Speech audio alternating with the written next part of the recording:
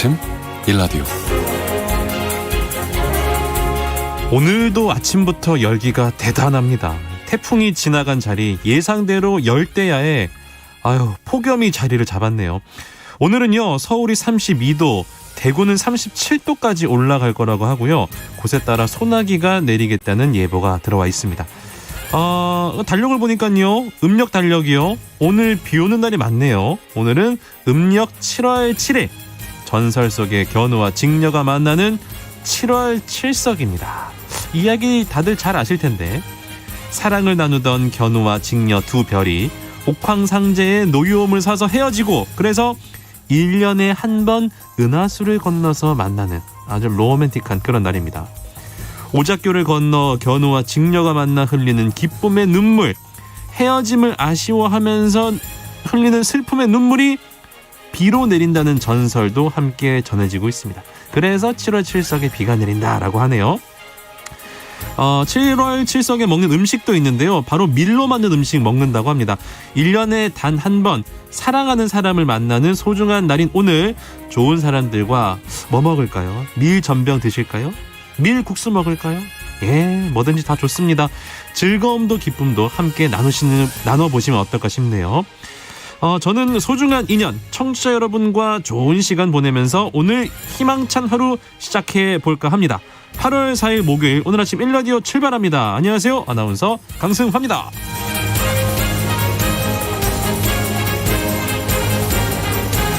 오늘 아침 1라디오, 오늘도 생방송으로 함께하겠습니다. 방송에 참여하실 분들 단문 50원, 장문 100원이 드는 유료 문자 샵 9730 이용하시면 되겠고요.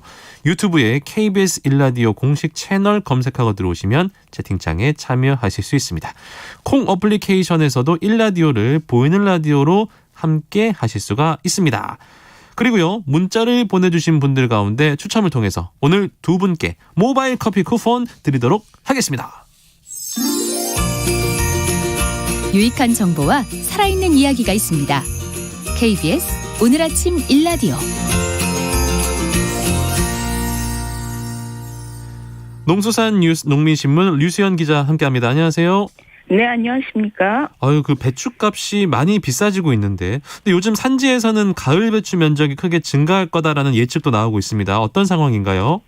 네, 요즘 배추값 정말 강세입니다. 네. 2일에 서울 가락시장 10kg들이 배추 상품 경매 가격이 15,447원이었습니다. 1년 전 같은 날에 비해서 155%나 더 올라가는 겁니다. 7월에도 평균값이 14,159원이었는데 네. 이 전년 같은 기간하고 비교해보면 역시 168%나 올랐습니다. 이렇게 배추값 강세가 계속되면서 농가들의 가을 배추 쏠림 현상이 일고 있습니다. 요즘 여러 산지 관계자들은 더 이상 들어설 자리도 없이 육묘장 가득 모종을 키웠지만 이마저도 부족한 상황이라고 입을 모읍니다. 네. 특히 가을 배추 주산지로 꼽히는 충청, 경기, 강원에선 모종 전쟁이 벌어지고 있다는 얘기까지 나올 정도입니다. 허장행 농협경제지주 산지원일부 신선채소팀장은 거래하는 육묘장 세 군데의 평균 판매 증가율이 18%에 이른다면서 전국 모종 판매량이나 재배 면적 증가량을 정확하게 수치할 수는 없겠지만 분명히 재배 면적이 크게 늘 거라는 점만은 확실하다고 밝혔습니다. 네. 당초 전망은 좀 달랐던 듯한데요. 그렇다면 재배 면적은 어느 정도로 증가할 것으로 보입니까? 네, 농경연은 7월에 관측월보를 내면서 네. 가을 배추 재배 면적이 5에서 6% 줄어들 거라고 전망을 했습니다. 지난해 작황이 부진했던 강원 충청 지역에서 재배의 양이 크게 줄었다는 이유에서였는데요. 하지만 이런 예측하고 다르게 가을 배추 모종 판매량이 크게 증가한 데서 보시듯 이 가을 배추 과잉 생산은 이제 불가피하다는 시각이 지배적입니다. 한 배추 주산지 농협 관계자는 오히려 가을 배추 과잉 생산과 김장 배추가 폭락까지 우려해야 할 상황이 아닌가 하면서 이 농경연 예상과 달리 10% 혹은 20%가량 생산량이 늘어날 걸로 보인다고 귀띔하기도 했습니다. 그렇군요. 이런 상황에서 정부가 준고랭지 이기작 배추 계약 재배 계획을 발표했는데 이거 어떤 내용입니까? 그렇긴 하지만 일단 8월까지는 배추 품귀 현상이 지속되고 합니다. 네. 예. 그래서 농업관 측에서 8월 여름 배추 출하량은 전년 대비 10.6%, 평년 대비 7% 감소할 거라는 예측이 나왔습니다. 이런 상황을 봤던 정부도 7월 말에서 8월 말에 배추 모종을 심어서 9월 말에서 10월 말에 출하하는 즉 중고랭지 이기작 배추 계약 재배 계획을 2일 내놓았습니다. 네. 그래서 8월 안에 배추로 작목을 전환하려 농가를 대상으로 한 건데요. 농협경제지주, 대관령 원예농협 등을 통해서 파악한 결과 최대 100헥타르까지 공급 기반을 확충할 수 있겠다 이렇게 보았습니다. 그런데 이런 부분이 현재 가을 배추 재배 면적 증가세와 앞으로의 또 가격 변화에 어떤 영향을 미칠지 아무래도 면밀히 지켜봐야 할 필요가 있을 것으로 보입니다. 네. 지금 화훼 수출 위축이 심각한 상태라고 하는데 수출액이 10년 전보다 5분의 1 수준으로 급감을 했나요? 네, 다사토막이 났습니다. 네. H에 따르면 지난해 화훼류 수출액은 1,656만 달러로 2012년에 8,396만 달러로 비교했을 때 80% 이상 줄었습니다. 네. 수출량도 1,350톤으로 2012년에 8,357톤이던 거에 6분의 1로 감소했습니다. 네. 특히 수출 주력 품목이었던 백합, 장미, 고카 수출이 크게 줄었습니다. 백합은 수출액이 2012년 3,009만 달러에서 405만 달러로 87% 감소했고요. 장미는 같은 기간 2,714만 달러에서 117만 달러로 96%나 쪼그라들었습니다. 고카도 976만 달러에서 73만 달러로 92.5% 줄었습니다. 감소폭이 너무 심각해 보이는데 이거 원인은 뭡니까? 네, 말씀하신 대로 이 화훼 수출 관계자들은 주력 시장인 일본 내수 시장 침체를 가장 큰 이유로 꼽았습니다. 네. 이 절화 수출 통합 조직인 K플로라의 정창호 대표, 이분은 이제 경남 김해 대동농협 조합장이기도 하신데 네. 지리적으로 일본이 가깝고 또 화훼 소비가 정착된 이 나라를 주로 수출 시장으로 삼아왔는데 네. 일본 내수 침체와 엔저 등으로 수출을 급격히 줄었다고 진단을 했습니다. 네. 또 국내 화훼산업 침체로 수출 동력이 떨어진 점도 큰 원인입니다. 꽃 소비 부진 그리고 생산비 급등으로 생산액과 재배 면적이 계속 줄어들어서 화훼산업이 전반적으로 위축됐고 그리고 수출 동력마저 잃고 있습니다. 장미 유통 수출 전문업체 루즈피아의 이 한 관계자는 장미 농가들이 파프리카, 토마토 등으로 품목 전환을 많이 했다.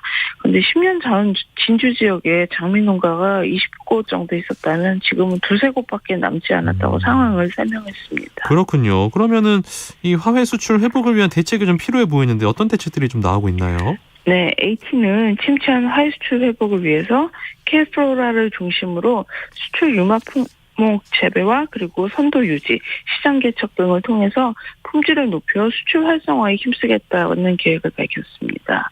수출 유망 품종을 발굴하고 육성해서 이를 재배 농가에 보급 그리고 생산을 하고 선적 항구 인근 공동 물류센터를 운영해서 콜드체인 시스템으로 꽃을 운영해 신선도를 높이고 상품성을 개선하겠다는 계획입니다. 또 말레이시아, 싱가포르 등 신규 시장을 개척해서 일본 시장 의존도가 높은 이 수출 구조를 다각화해서 한번 수출 활성화를 해보겠다고 네이틴 덧붙였습니다. 차 의무자 조금이 7월 27일 출범을 했는데요. 국내 농산물 가운데 17번째입니다. 이거 어떻게 전개가 됩니까? 네, 요즘 세계적으로 차 시장이 성장세를 보이고 있습니다.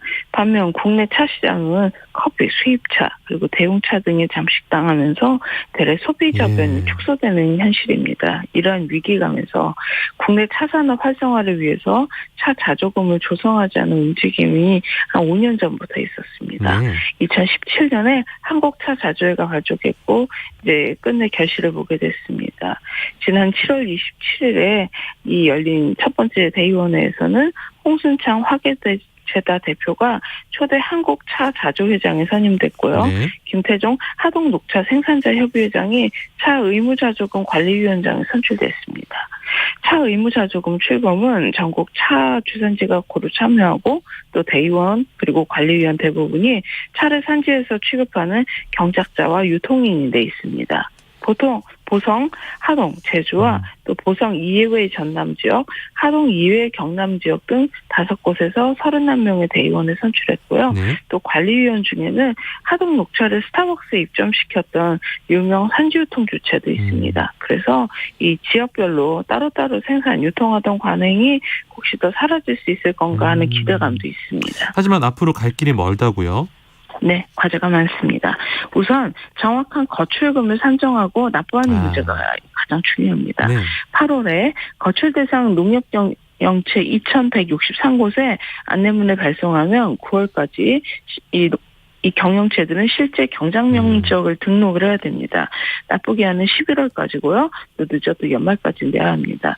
여기서 최소 1억 원 이상이 모여야 정부가 같은 금액만큼 지원에 들어갑니다. 네. 매칭 펀드라고 하는데 그렇습니다. 네. 그래서 차 생산자들의 양심적인 신고와 거출금 납부가 가장 중요합니다.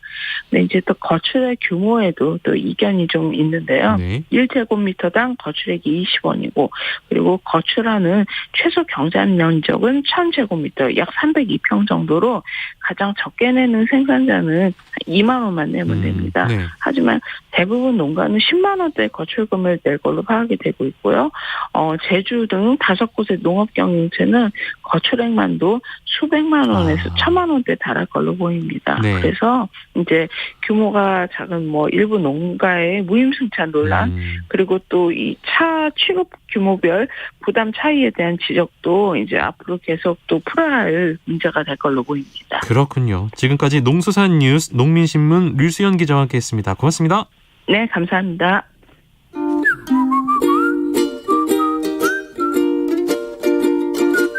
오늘 아침 1라디오 강승화 아나운서의 진행으로 듣고 계십니다.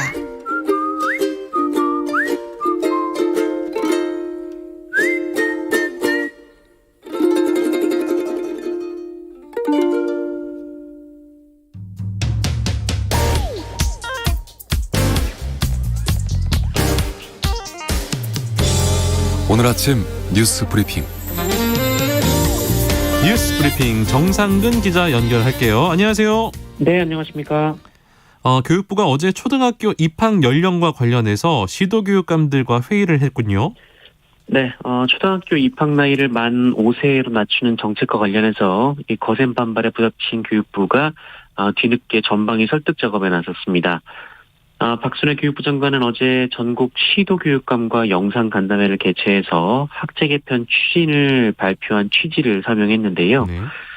정부가 학제 개편 추진을 시도교육청과 사전 협의 없이 발표해서 이 교육청 패싱 논란이 일었던 뒤에야 마련된 간담회였고 그나마도 원래는 다른 안건 때문에 마련된 자리였으나 뒤늦게 학제 개편안이 안건으로 추가가 됐습니다.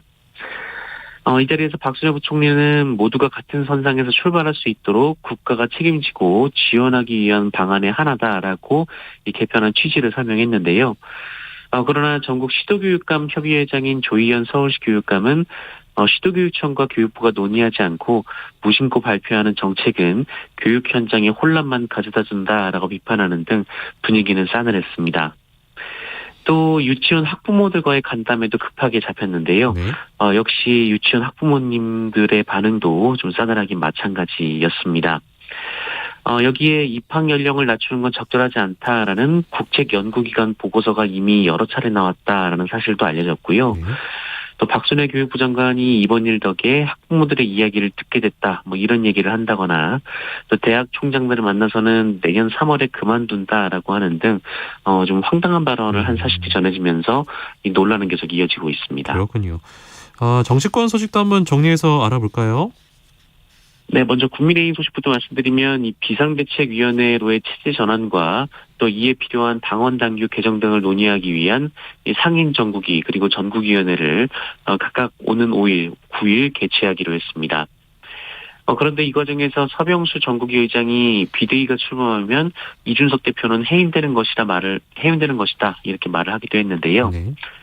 이준석 대표는 이준석 욕하다가 지지율 떨어지니 내놓은 해법이 복귀를 막는다는 판단이라고 비판을 했습니다. 그리고 민주당의 유력 당대표 후보인 이재명 의원과 관련해서는 이 부인 김혜경 씨의 법인카드 사용 수사가 이어지고 있습니다. 네. 경찰은 핵심 인물인 김혜경 씨 수행비서 배모 씨를 어제 불러서 조사를 했다고 하고요. 또 얼마 전 숨진 참고인은 지난 대선 경선 과정에서 김혜경 씨의 수행팀 일원으로 활동하면서 금전적 대가를 받은 것으로 파악됐다라는 보도가 나왔습니다. 이재명 의원은 어제 기자회견을 열고 이 수사기관이 정치에 개입하고 또 특정 세력의 정치 이익에 복무하는 것은 심각한 국기문란이라고 주장했습니다. 낸시 펠로시 미국 하원 의장이 대만을 방문했습니까? 네, 미국 권력 서열 3위인 이 낸시 펠로시 미국 하원 의장이 이 중국의 강력 반발에도 우리 시간으로 그젯밤 대만 땅을 밟았습니다. 네. 그리고 펠로시 의장의 발언 수위도 매우 높았는데요. 이 펠로시 의장은 미 의회 대표단의 대만 방문은 이 대만의 민주주의를 지원하려는 미국의 확고한 약속에 따른 것이다라면서 네. 시진핑 중국 국가주석이 집권을 강화하면서 혹독한 인권 기록과 법치에 대한 무시는 지속되고 있다 이렇게 얘기를 했습니다. 중국의 반응 역시 매우 거칠었는데요. 네. 이 왕이 중국 외교부장은 이 머리가 깨지고 피를 흘릴 것이다라는 말을 했고 또 불장난하면 불에 타 죽는다 이런 말을 하기도 했습니다. 또한 미국은 대만 해협의 평화와 안정에 최대 파괴자가 됐음을 다시 한번 입증했다라며 미국은 중국의 통일 대업을 방해하려는 환상을 품어서는 안 된다라고 말하기도 했습니다. 이 양국 간의 긴장 관계가 극도로 높아진 상황에서 이 펠로시 하원 의장이 어젯밤 우리나라를 방문한 상황입니다. 네, 국제 정세까지 알아봤고요. 코로나19 상황은 지금 어떻습니까? 네, 어제 코로나19 신규 확진자 수는 11만 9,922명이었습니다. 전날보다 8천여 명 정도 늘었고요. 일주일 전에 1.2배, 2주 전에 1.5배 정도입니다. 특히 해외 유입 사례가 600명이나 나왔는데요. 네. 국내 코로나19가 처음 유입된 2020년 1월 20일 이후 가장 많은 수의 해외 유입 확진자였습니다. 그리고 위중증 환자는 284명, 사망자는 26명이었습니다. 한편 정부는 동네 병 의원을 중심으로 한 일반 의료 체계로의 전환을 재차 강조했습니다. 또한 최근 확진자 수가 크게 늘고 있는 군에 대해서는 선제 검사 강화 등으로 대응 수준을 단계적으로 강화하기로 했다라고 밝혔습니다. 굉장히 좀 안타까운 이 사회면 소식이 하나 있네요. 병원에서 일을 하던 간호사가 근무 중에 쓰러졌어요. 그럼에도 수술을 받지 못해서 사망한 사건이 발생했습니다. 네, 서울 아산병원 간호사가 근무 도중 이 뇌출혈 증상으로 쓰러져서 이 병원 응급실에 갔는데 네. 수술 치료를 받지 못해서 다른 병원으로 옮겨진 뒤 숨졌다. 이런 주장이 제기돼 논란이 일고 있습니다. 네. 이 30대 간호사였는데요. 네, 지난달 24일 오전 출근 직후 극심한 두통 증상으로 같은 건물 1층에 있는 응급실을 찾았다라고 합니다. 응급실 의료진은 이 간호사를 뇌출혈로 진단하고 곧바로 혈류를 막는 색전술 처치를 했습니다. 하지만 출혈을 멈추지 않자 이 서울대병원 응급실로 긴급 전원 조치를 했는데요. 당시 서울 아산병원 응급실에 뇌출혈 수술을 할 수 있는 심경외과 의사가 없어서 이 서울대병원으로 전원했다라는 것이 병원 측의 설명인데 네. 결국 이 간호사는 끝내 회복하지 못하고 숨졌습니다. 이에 고인의 동료가 익명 게시판에 이런 글을 남겼는데요. 이 세계 50위 안에 든다고 자랑하는 병원이 응급수술 하나 못해서 환자를 사망하게 했다. 이렇게 비판하기도 했습니다. 예, 안타까운 사고가 발생했습니다. 그 신임 대법관 후보로 지명된 오석준 제주지방법원장, 이 과거 판결이 논란이 되고 있는데 어떤 내용인가요? 네, 윤석열 정부 첫 대법관 후보인 오석준 제주지방법원장이 과거에 판결한 내용 가운데 일부가 논란이 되고 있습니다. 지난 2010년 한 버스 기사가 400원씩 두 차례에 걸쳐서 버스 요금 800원을 빼돌렸다. 그 이유로 해고된 일이 있었거든요. 네. 이 버스 기사는 당시에는 잔돈은 커피값 정도로 쓰는 게 관행이었다라면서 부당함을 호소했고 이 중앙노동위원회도 해고 무효로 판단을 했었습니다. 네. 하지만 이 버스 회사가 불복해 소송을 제기하자 법원은 해고가 정당하다 이런 판단을 내렸습니다. 버스 기사가 요금 전부를 회사에 내는 건 노사 간 기본적 신뢰인데 이걸 깼고 또 승객 1인당 400원으로 보면 그 운송 요금의 6.25%로 적지 않다라는 판단 때문이었습니다. 예. 그런데 지난 2013년 이 사건 관계 변호사로부터 이 85만 원어치를 접대를 받은 검사는 면직이 부당하다라는 판결을 오석준 법원장이 냈습니다. 네. 유흥주점에서 4차례에 걸쳐서 이 접대를 받은 해당 검사에 대한 면직 처분이 지나치게 무거워서 사회통념상 타당성을 잃었다라는 건데요. 덕분에 복직한 검사는 얼마 전까지도 주요 수사를 맡다가 최근 변호사가 됐다라고 합니다. 한편 오석준 후보자 측은 이 판결들에 대해서 청문회에서 충실히 답변할 예정이라고 밝혔습니다. 요즘 층간소음 문제도 사회적으로 굉장히 좀 이슈가 되고 있는데 층간소음을 막기 위해서 오늘부터 새로운 제도가 시행이 된다고요? 네, 말씀하신 대로 이제 코로나 사태 이후 특히 이웃 간의 층간소음 갈등이 폭증하면서 네. 정부가 이 문제를 해결하겠다라며 오늘부터 새 제도가 시행이 됩니다. 지금까지는 건설사가 공사 전에 모형으로 바닥을 만들어서 층간소음 기준을 통과하면 실제 집도 그렇게 지었을 거라고 보고 준공 허가를 내줬는데요. 네. 실제 자재를 똑같이 쓰리란 보장이 없기 때문에 오늘부터 입주 공고가 나는 아파트의 경우 집을 다 지은 뒤에 소음 검사를 하겠다라는 입장입니다. 여기서 이 소음 기준에 미달되면 건설사가 다시 보강 공사를 하거나 손해배상을 하도록 했는데요. 그런데 이 현장에서는 이미 다 지은 아파트의 소음을 줄일 공사 방법이 현실적으로 없다 이렇게 보고 있습니다. 네. 게다가 무엇보다 이 지자체장이 건설사의 권고만 할 수 있어서 사실은 건설사가 지키지 않아도 이게 뭐 방법이 없는 상황이라 실효성도 의문이다라는 지적도 나오고 있습니다. 그러네요. 좀 실효성 있는 제도가 좀 정비가 돼야 될 것 같습니다. 네네. 어제 이 뉴스 보고 또 놀라신 분들 많으실 텐데 요즘 휴가들 많이 가시는데 낙산 해수욕장에서 커다란 싱크홀이 생겨버렸습니다. 네, 저도 사진을 보고 깜짝 놀랐는데요. 어제 오전 6시 40분쯤 강원도 양양군 강현면 이 낙산해수욕장 인근 공사 현장에서 가로 12m, 세로 8m, 깊이 5m 크기의 이 싱크홀을 발생해 이 주변 편의점 건물 절반가량이 무너지는 사고가 발생했습니다. 네. 다행히 다친 사람은 없었으나 이 편의점 주인 그리고 현장 인근 숙박시설 투숙객 96명이 자력으로 대피를 했는데요. 양양군은 상수도 상하수 사업소 그리고 한국가스안전공사 등과 함께 사고 원인 등을 조사하는 복구 작업을 벌이고 있습니다. 이날 싱크홀이 발생한 곳은 이 생활형 숙박시설 신축 공사 현장으로 이 일대에서 올해 초부터 이 싱크홀이 이미 여러 차례 발생했던 것으로 알려졌습니다. 예. 양양군 측은 이 일대 싱크홀 사고로 이 파열된 수도관을 복구하는 데만 3-4차례 작업을 했다라고 얘기를 했고요. 또 터파기로 흙을 파내면 지하수가 공사 현장으로 쏠리는데 이 때문에 싱크홀이 자주 발생한 것으로 추정된다라고 말하기도 했습니다. 사고가 절대 일어나서 안 되겠습니다. 네네. 일본 정부가 강제징용 피해자에게 연금을 돌려준다고 했는데 좀 화가 납니다. 1,000원도 안 되는 돈을 입금해서 논란이 되고 있습니다.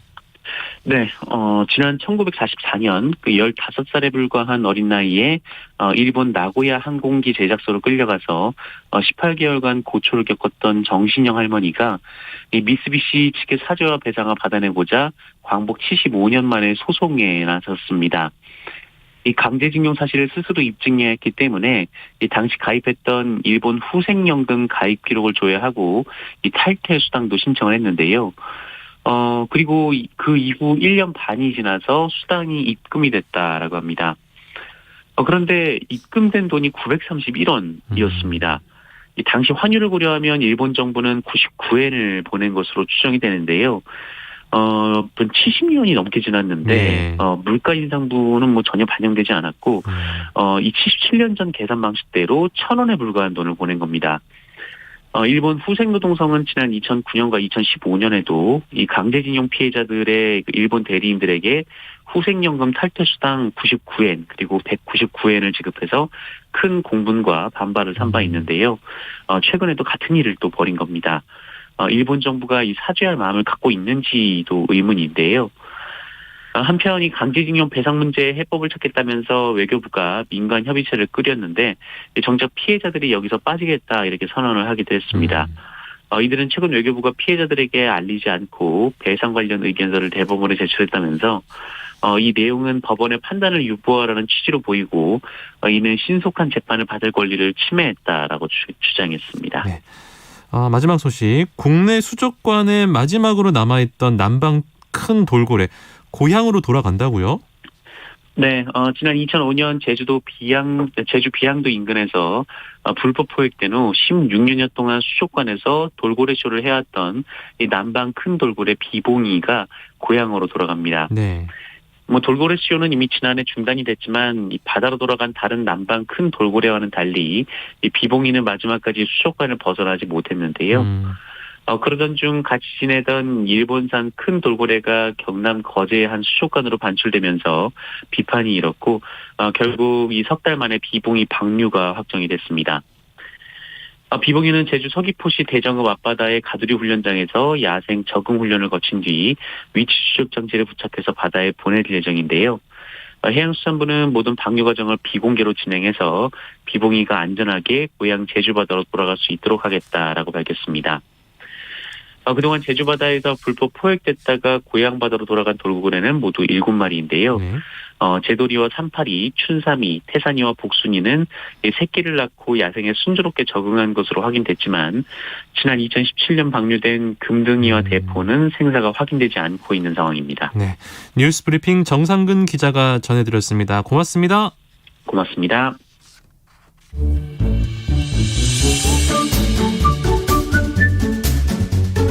아침을 여는 기분 좋은 습관. KBS 오늘 아침 1라디오.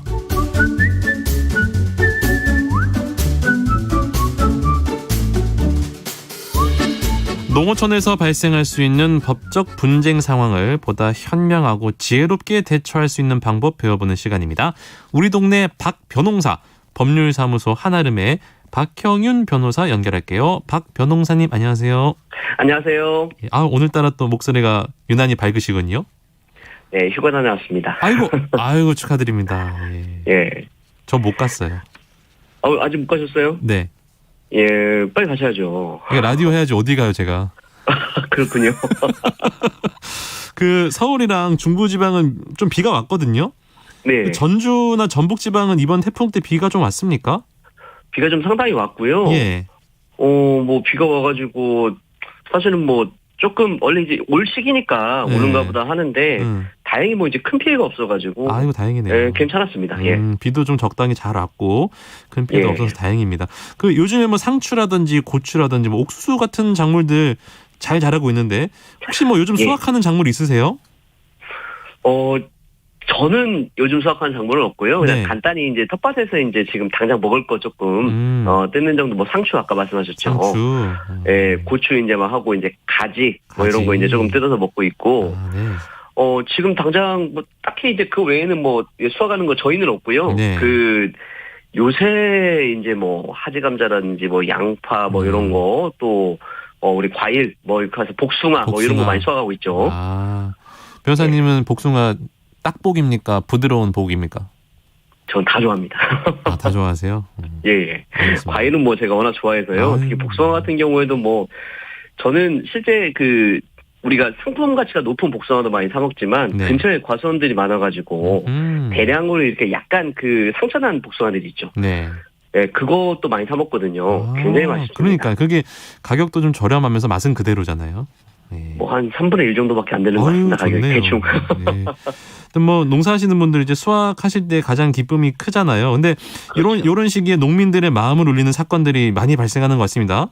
많이 있죠. 네. 예, 우리 특히 이제 우리가 단연생 작물은 아니고 그냥 이렇게 매년 이렇게 하는 작물들이 있는데 감자, 고구마, 그다음에 수박, 참외, 아까 말씀드렸던 복숭아도 그렇고 그다음에 이제 양파 이런 것들이 이제 매년 이렇게 농사를 지어가면서 팔거든요. 그렇죠. 근데 우리가 흔히 말하는 밭대기 한다 그러는데 그게 이제 법에서는 포전매매라고 부르거든요. 포전매매.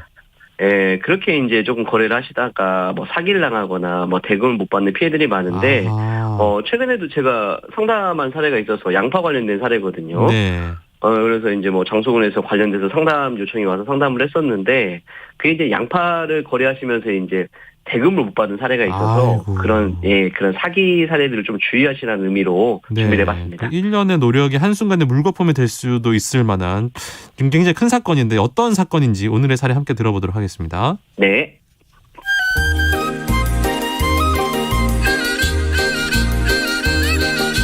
뭐라고요? 15,000원이요?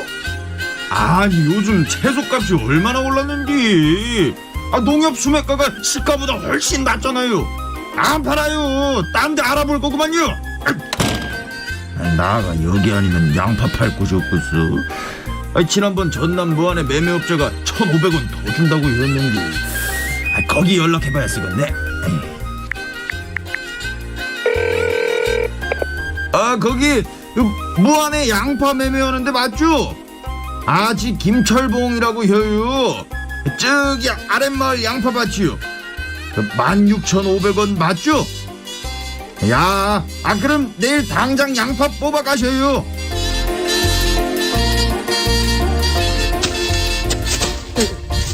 이게 뭔 일이래요? 이 양파는 나가 사기로 했으니 절대 건드리면 안 돼요. 지금 무안서부터 왔는데 다들 가만 놔둬요. 이게 뭔 소리예요? 철봉씨가 농협에 매매를 하기로 해서 우리가 그거 사가기로 했거든요. 기다리다 우리가 양파 작업하러 왔는데 아니 어디서 큰 소리예요? 조용히 못해요? 그럼 밭주인 불러요. 나 진짜. 아이고 남의 밭에서 이게 웬 싸움이래요. 차근차근 말로다가 보세요. 지난번에 저한테 전화하셨잖아요. 일부러 무안에서 왔는데 지금 이렇게 양파를 뽑으시면 안 되죠. 아니죠. 원래 철봉씨가 농협을 통해서 포전 매매하기로 하셨잖아요. 난 그걸 사가기로 했는데 이제 와서 이러시면 안 되죠. 지가 원래는 그랬는데 요즘 채소값이 갑자기 금값이 됐잖아요. 근데 저번에 농협에 계약했던 가격이 훨씬 낮은 게 그래서 그건 분명하게 나가 안 한다고 했고 그 다음에 무안에 연락을 했어요. 근데 왜 인제 와서 그 야그가 나오는 거예요? 언성 낮추시고요. 어차피 저도 동종업계 종사자니까 파시려고 했던 가격 제가 좋은 가격으로 맞춰드릴게요. 농협에는 킬로당 15,000원을 그리고 나머지 1,500원은 철봉씨 계좌로 넣어드릴게요. 그러니까 나머지 차액을 다 주신다는 거죠? 그렇죠. 그리고 무안에서 오신 분들 일당도 저희가 깨끗하게 정리를 할게요. 그렇게만 해주신다면 제가 오늘 작업 오신 분들한테도 야근을 잘 해볼게요. 여기 계좌번호로 틀림없이 킬로당 1,500씩 꼭 넣어주셔요.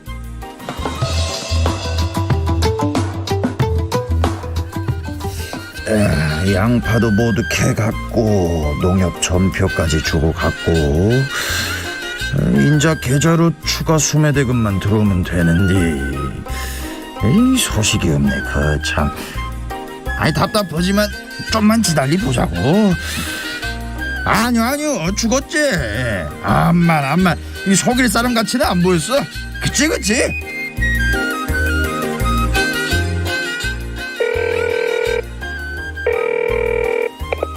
여보셔요, 김철봉씨. 여기 지난번 양파밭에 작업 갔었던 무안이요요. 작업 비용을 넣어주신다고 해서 철석같이 믿고 있는데 벌써 한 달이나 지났네요. 좋은 분인 줄 알았는데 실망이에요. 참말로 지도 답답하네요. 양파도 뽑아가고 농협 전표도 줬는데 한 달째 그 매매업자가 연락이 안 되네요. 아는 건 전화번호밖에 없는데 이게 이 전화도 도통 안 받고 답답한 거. 내 양파 어디로 간겨? 내 양파 돌리도. 이 철봉 씨와 무안 매매업자 두 분 모두 좀 힘든 상황이고 그 꽁트에서는 이제 철봉 씨가 좀 이제 혹하는 마음을 과장하기 위해서 추가 수매대금을 킬로그램당 1,500원이라고 했지만 보통 이제 20kg당으로 거래를 하고요. 네. 이제 전표 이제 예전엔 전표란 말 썼는데 이제 농협 인수증이라고 저희가 좀 네. 수정을 하도록 하겠습니다. 어찌 됐건 그 수확철에 조금 더 가격을 높게 받고 싶은 철봉 씨의 마음, 요거를 노린 사건인 것 같은데 네. 밭에 와서 수확을 할 수 없게 뭐 했어요. 약간 뭐 작업을 좀 방해하고 요것도 문제가 되죠. 그렇죠. 이게 농작물 가격이 갑자기 급등을 하니까 이 농작물이 품귀 현상이 생기는 거예요. 네. 네, 업자들이 이제 거래를 해서 차익을 이제 소득을 올리려고 하다 보니까 그래서 이제 방금 말씀하신 것처럼 뭐 매매업자 한쪽이 작업하는 데 가고 막 욕하고 막 멱살 잡게 하고 막 작업 못하게 막는 것들이 있는데 네. 당연히 이제 욕하면 모욕죄가 되고 네. 때리면 폭행이 되고 멱살 잡이도 폭행이 되고요. 예. 그다음에 이제 그 작업을 해야 되는 작업을 못하게 했으니까 업무방해죄가 되고 이렇게 이제 여러 가지 죄가 성립이 하는데요. 통상은 이런 경우 같은 경우 이제 업무방해로 통합해서 처벌을 하는데 업무방해 만만치 않습니다. 뭐 5년 이하의 징역 또는 1,500만 원 이하의 벌금인데 네. 실제 이 정도 사안이면은 벌금이 나오더라도 고액이 나올 거고 집행유예 가능성이 상당히 높습니다. 그 농협 매매업자라고 해서 좀 지금 이해가 잘 안 돼서 그런데 농협에서 오신 분들이 아닌 거고 농협을 통해서 이제 그 소개를 받고 오신 분들이신 거죠, 이분들이? 그렇죠. 이제 소위 말하면 도매업자 정도 되시고요. 예. 농협에서 이제 그 농민들을 통해서 이제 그 농작물들을 구매를 하면은 그걸 또 다시 이제 유통을 하면서 판매를 하거든요. 중개를 해주는 거군요. 중간에서. 네, 그걸 이제 대량으로 이제 사가시는 분들이고요. 네, 그래서 이제 그분들이 물건을 사가는 과정에서 지금처럼 갑자기 이제 시가가 많이 오르게 되면 농민들이 농협에서 그 오른 가격이 반영이 안 되다 보니까 네. 거래를 안 하는 경우들이 많아요. 네. 그럼 이제 농협을 통해서 구매를 하려 했던 그 업자분들이 개인적으로 오는 거예요? 예, 직접 농민들을 찾아가서 예, 물건 파시라고 이렇게 하는 경우가 있습니다. 그러니까 그래서 지금 오늘 같은 사례가 이제 뭐 1,500원 더 따로 챙겨주겠다고 해서 약속을 한 건데 이거 연락을 끊어버렸잖아요. 약속대로 그렇죠. 하지 않아요. 이게 사기죄잖아요, 이거. 그럼요. 너무 잘하시네요. 네, 이거 여기 대본에 써있어요. 사기죄라고. 사기죄가 네. 되고요. 예, 아니, 본인이 돈을 준다고 했는데 그래도 속인 다음에 또 가져간 다음에 그러니까. 돈을 안 주잖아요. 돈 받아야 될 거 아니에요. 돈 받을 그렇죠. 수 있는 거죠? 그럼요. 받을 수 있고요. 네. 꼭 이런 분들이 나중에 형사고소하고 나면은 나는 주려고 했다 이렇게 얘기를 하시거든요. 네. 그럼 뭐 한 달, 두 달 동안에 왜 연락을 안 받았습니까? 줄 생각이 아니니까 안 받으신 거잖아요. 네. 예, 형사고소 하시면은 이제 처벌 대상이 되는 거고요. 네. 예, 또 이제 돈을 못 받으셨으니까 민사소송을 통해서 이제 돈을 지급받을 수가 있습니다. 예를 들어서 아까 그 이제 두 철봉 씨랑 그 농협에서 연계해서 오신 매매업자분이 네. 이 대화를 했는데 이제 그분이 그 사기를 한 그분이 나 그런 말 한 적 없다 이렇게 발뺌하면 어떡합니까? 이게 제일 큰 문제입니다. 야. 농어촌에서는 다들 그 말로만 하더라도 그 말을 다 지키는 그 사회이기 때문에 신뢰하는 사회이기 때문에 이렇게 뭐 유통업을 하시는 분들이 오셔서 말만 하고 나중에 이제 그런 적 없다고 하시는 분들이 많이 계시는데 네. 이런 것 때문에 우리가 그 포점매매라는 부분에 대해서는 계약서를 안 쓰면 과태료를 부과받도록 이게 규정도 만들어져 있고 그러거든요. 네. 그래서 이제 뭐 이게 포점매매가 아니고 간단한 거래라고 하더라도 말로만 하지 마시고 그러니까. 간단한 뭐 계약서라든지 아니면 문자 메시지라도 문자. 이렇게 서로 주고받고 하면 그 자체가 계약서 효력을 발휘할 수가 있어요. 그래요? 네, 그래서 이제 문자 메시지를 받아두시는 게 나중에 돈 받는 데 유리하다. 이런 생각하시면 좋겠습니다. 알겠습니다. 마지막으로 이런 일을 당하지 않기 위해서 어떻게 하면 좋을지 간략한 조언 부탁드리겠습니다. 돈 먼저 받고 드리면 됩니다. 선금 농작물 받고. 확실하거든요. 그렇지. 왜냐하면 밭이 있거든요. 맞아. 네, 돈 먼저 받고 드리면 됩니다. 그러네요. 그러니까 항상 그 돈을 먼저 받고 물건을 넘기는 그러한 좀 섬세함이 필요해 보입니다. 우리 동네 박 변호사 박형윤 변호사와 함께했습니다. 오늘 말씀도 고맙습니다. 감사합니다. 자, 오늘도 많은 분들께서 문자 보내주셨는데 두 분께 커피 쿠폰 드립니다. 오늘의 당첨자는 두 분. 0505번님. 오늘 7월 7석 견우와 직녀가 만나는 날에는 호박전을 만나게 먹는다는 전설 어릴 적 할머니가 들려주셨어요. 오늘은 꼭 호박전 칼국수 먹어야겠습니다. 2746번님. 아침마다 잠실 야구장에 가 있는 듯 경쾌한 느낌을 제공해 주시는 강승화 아나운서. 긍정의 신이네요. 오늘도 힘이 납니다. 모두 파이팅이에요. 라고 보내주셨습니다. 0505번님, 2746번님께 커피 쿠폰 보내드리도록 하겠습니다. 오늘 전국에 구름이 좀 많이 끼겠네요. 오후 한때 일부 지역에 소나기가 내리겠고요. 강원 영서와 충남권 내륙, 충북 남부, 전라권 내륙, 경남 서부 내륙, 제주 산지에 5에서 40mm의 비가 내리기도 하겠습니다. 저는 내일 아침 6시 15분에 다시 인사드리겠습니다. 여러분 진심으로 고맙습니다.